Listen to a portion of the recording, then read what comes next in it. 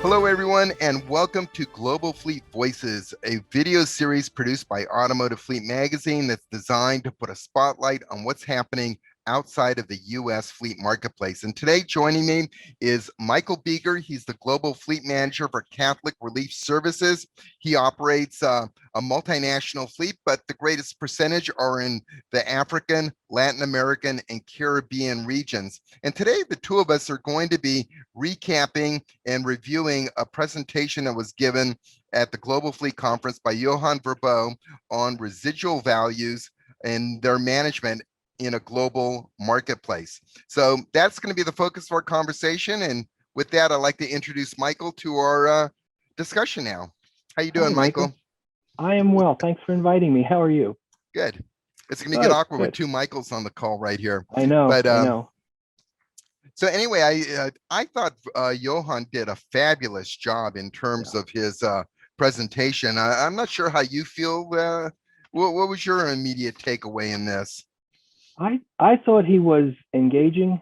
I appreciated the use of data that he had, but really it was understandable data. He presented in such a way that it was easy to understand why some people are moving in one direction or another from a residual value standpoint. I appreciated it. Yeah, and it's also using and explaining the remarketing process and its fundamental aspect. A lot of times when we're looking at vehicles, we look at initial acquisition costs, not taking into account that there may be a higher residual value, which in a net basis could end up actually lowering your total cost of ownership, despite the fact that you're buying the more expensive of the two cars in terms of what they're selling in the new car marketplace. Oh, absolutely. And the flip side of that is, especially from a closed-end standpoint, one of the things that he pointed out is if you use a lessor across the lessors, at least in Europe, there can be as much as a 10, 12 percentage point difference in monthly lease costs, depending upon which lessor you happen to be going with, based on their perception of what the residual value will be. That was a very revealing slide, and I think he was tracking, I just want to go by memory, but close to 7 different leasing companies at least, and comparing what the variances are. And when you see them, side by side like that, that really becomes very apparent between, who has the higher residual value versus the lower. But what they actually come in at is a totally different story. So, but I think, another key point that Johan brought up was the timing of the disposal. And it's very critical as to when you take a vehicle out of service. Any thoughts on that, Micheal? Yeah, what's interesting to me is in the presentation, he did touch on the fact that timing is important, and that some fleet owners are actually beginning to take a look at their ability to remarket at different times instead of the closed end, set 36 months, right? To take advantage of something that might be more favorable to them, other than the standard, turnaround time. But then that really gets into some HR issues, right? Depending upon what country you're in. But I'm appreciative that he actually brought that up. Yeah, and he brought up key things, between controllable factors versus uncontrollable factors in terms of residual values. So of course the controllable factors is being cognizant of how these variables will influence your total cost of ownership. So not necessarily focusing on initial acquisition costs, but you gotta focus more so perhaps on the actual depreciation, timing when you take vehicles out of service. But then you got into the uncontrollable aspects that really have a huge influence on resale value, and that is this whole area of supply and demand. We're witnessing it right now in the US. There's a shortage of new vehicles out there, so of course, and there's also a shortage of used vehicles at the same time, which is causing those values to go up.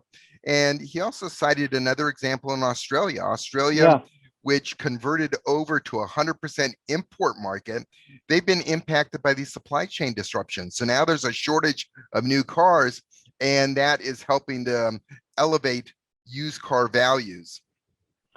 Yeah, I think that really struck a chord with me, because I run into the same effect, not the same cause in sub-Saharan Africa, but the same effect of really, really high residual values for a vehicle that might be 5 years, 120,000 kilometers, and can be worth more than 50, 60% of the initial purchase price.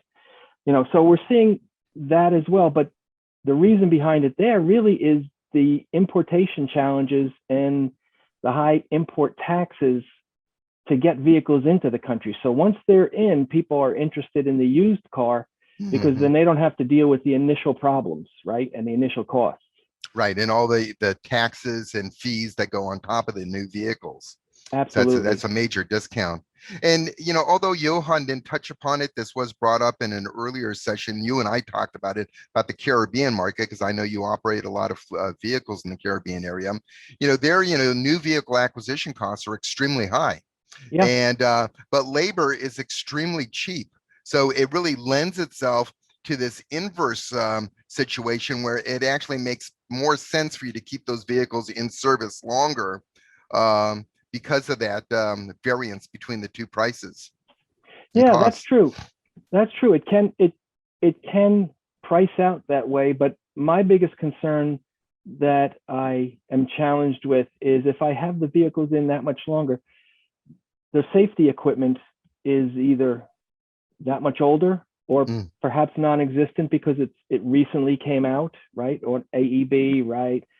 Trying to find that in the Caribbean or especially in sub-Saharan Africa is just a non-starter. And so it may cost out from a financial standpoint, but I always keep pushing against the safety. And another thing that Johan brought up that's it's well known, but it's definitely worth repeating to a lot of fleet managers, and it falls into that uncontrollable area because the fleet manager really has no say in this. But between the cost of a new car and versus a used car, there's a ratio between the two. And that ratio stays within a certain range. And when OEMs start heavily discounting or aggressively discounting new car prices, what that does is that might be a good deal on the new car side, but it puts downward pressure on used vehicle values because of that ratio. There's going to be a certain ratio. There's going to be a set difference in price between the two. So you lower the new car price, you're going to be lowering the used car price at the same time. Absolutely. And I'd like to be the fleet manager that buys those really less expensive new cars, but I don't want to be the fleet manager that's going to stick around 3 or 4 years and have to explain why the used car prices are so bad. Right? That's very true. And it's also this variance between markets. I mean, here in the States, the United States, we have differences by region, although it's not as pronounced now as it was, maybe let's say 20, 30 years ago, where there were key differences. But that market, the market in the United States is kind of homogenized. A lot of that has to do with vehicles are built better. So, the cars in the snow belt areas are lasting longer, have less weather damage on them. So that's one aspect. And the other thing is the online sales, but not so much in Europe. In Europe, it's really not a uniform market. And when Johan was explaining the differences between resale values in the UK, United Kingdom versus Germany, a lot of those values were being driven by those countries' internal taxation policies, rebates, and so on.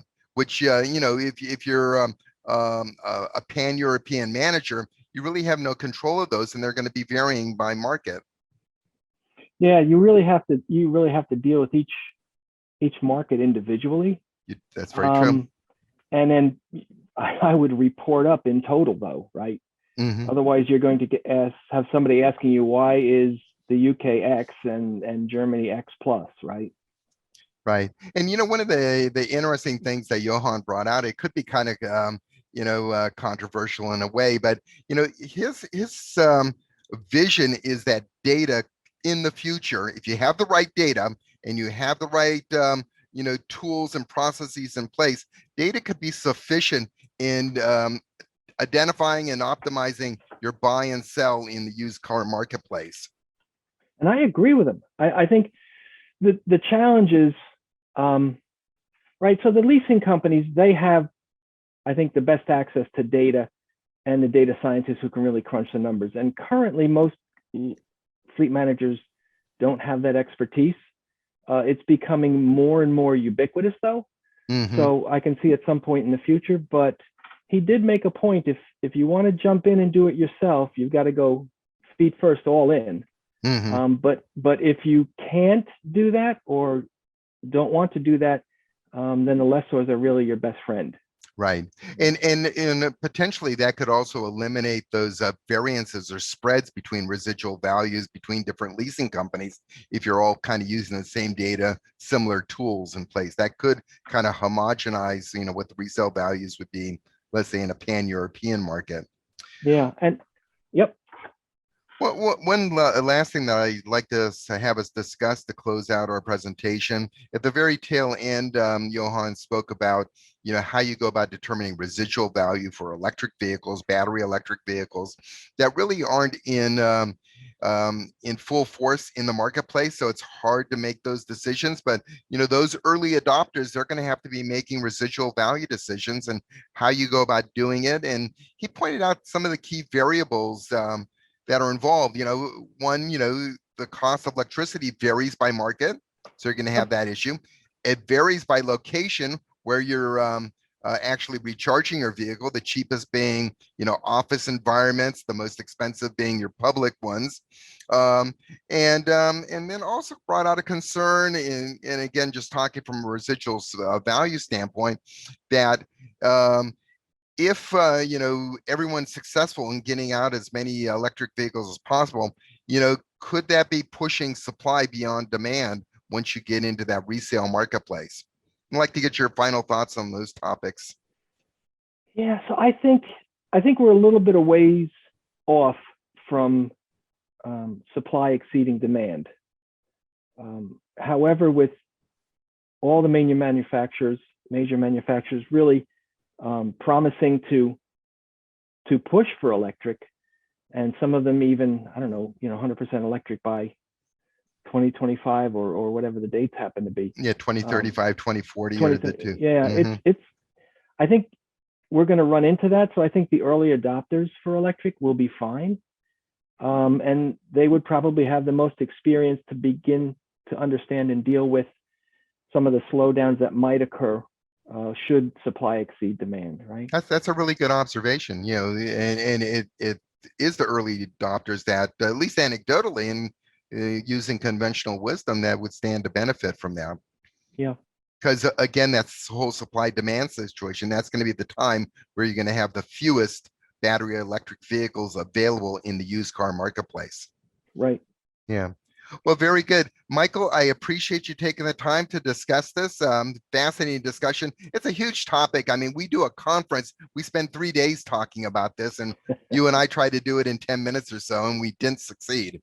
But anyway, it's great talking with you again, and I'd love to talk with you again in the future about managing fleets in Latin America, Africa, and the Caribbean. So we'll take a rain check and do that in the future.